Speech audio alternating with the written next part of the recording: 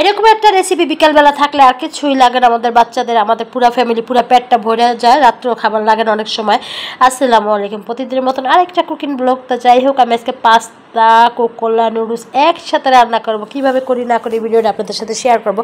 তো যাই হোক, কোকোলা নুডলসগুলো ঢেলে নিলাম, আর পাস্তা 3-4 রকমের পাস্তা নুডলস ছিল, তো এগুলো অল্প অল্প করে ঢেলে নিলাম। তার সাথে একটু গরুর মাংস ঢেলে নিলাম ছোটো ছোটো পিস করে, এগুলো একসাথে একটু লবণ দিয়ে, হালকা লবণ দিয়ে একটু সিদ্ধ করবো। কারণ পাস্তা নুডলসটা কোনো মোটামুটি সবারই পছন্দ। আর আমি আজকে একটু গরুর মাংস দিয়ে রান্না করবো, অন্য কিছু দিব না, সবজি টবজি দিব না, অন্য কিছু দিব না, কোনো আদার্স অন্য কিছু না, মানে যেমন একটু সবজি পেঁয়াজ মরিচ এগুলো দিয়ে রান্না করবো। কীভাবে করি দেখেন, ভিডিওটা শেয়ার করি আপনাদের সাথে। তাই যাই হোক, একটু হলুদ গুঁড়া মরিচ গুঁড়া দিব একটু কালার হওয়ার জন্য। আর তাই যাই হোক, এটা আমি কখনো দিই না, তো আমি ভাবলাম একটু গরুর মাংসের একটু কালারিং আসবে, সাদা সাদা হলে ভালো লাগবে না। তা যাই হোক, একটু হলুদ গুঁড়া মরিচ গুঁড়া দিয়ে নিলাম সামান্য পরিমাণে, এরকম আমি বেশি দিই নাই যে আহামরি বেশি দেখতে খারাপ লাগবে, মানে সামান্য। আমার কাছে গরুর মাংসের কেমন সাদা সাদা হয়ে যেতেছিল, এই জন্য ভাবলাম। আর এদিকে পেঁয়াজ মরিচ টমেটো ধনেপাতা সব কিছু কেটে নিলাম। তো আমার নুডলসটা একবার পারফেক্টলি সিদ্ধ হয়ে গেছে, আমি নুডলসটা খোলাইয়া নিলাম একটা ঝুড়িতে।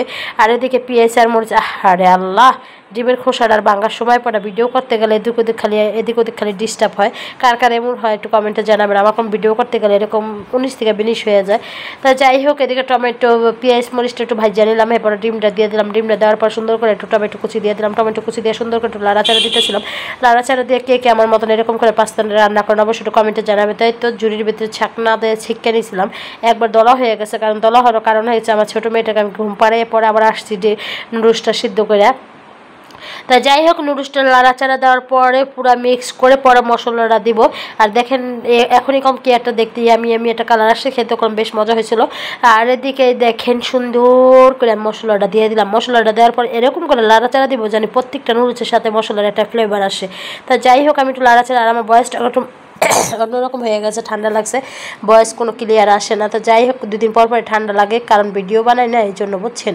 কারণ ভিডিও করতে গেলে তো এদিক ওদিক খালি গলা এরকম হয়ে যায়। আর এদিকে চকচক ঝকঝক করে কেটে ধনিয়া পাতা দিয়ে দিলাম। ধনিয়া পাতা দেওয়ার পর সুন্দর করে লাড়াচাড়া দিতেছিলাম, লাড়াচাড়া দিয়ে একবার এখন নামাই নিব।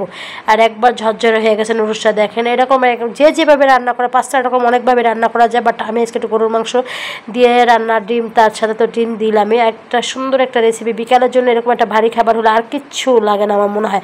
বাচ্চারাও খুশি থাকে, বাচ্চার বাবা মাও খুশি থাকে, কারণ এরকম পেট বেড়ে খাইতে পারলে আর কিচ্ছু লাগে না। অনেক সময় রাত্রে খাবারটা না খেলেও হয়। তা যাই হোক, নুডলসটা আমি এখন বেড়ে বেড়ে সবাইকে খেতে দিছি, আমি একটু খেতে নিলাম কারণ সবাইটা খাওয়া হয়ে গেছে, আমি লাস্টে খাইতে গেছিলাম।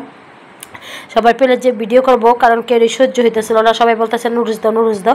তাড়াতাড়ি ওদের বাইরে আমি একটু লাস্টে খেলাম ভিডিও করার জন্য। তা যাই হোক, আমার মতন কে এরকম করে রান্নার আগে সবাই খেতে চায়, এত মজাদার একটা নুডলস, সবাই একটু কমেন্টে জানাবেন। তো নুডলসটা কেমন হচ্ছে, সবাই ভালো থাকবেন, সুস্থ থাকবেন। আল্লাহ হাফেজ, আসসালামু আলাইকুম।